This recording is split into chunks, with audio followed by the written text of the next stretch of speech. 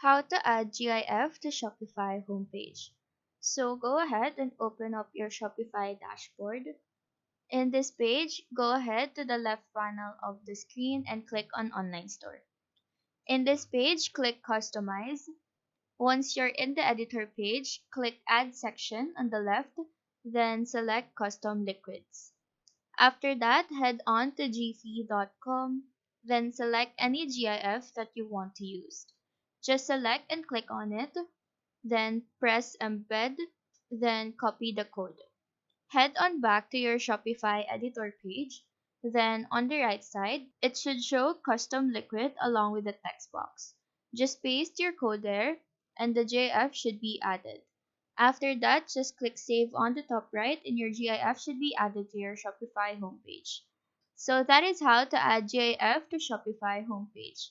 Do let us know if this video helped you out, and if you have any questions, feel free to drop them down below.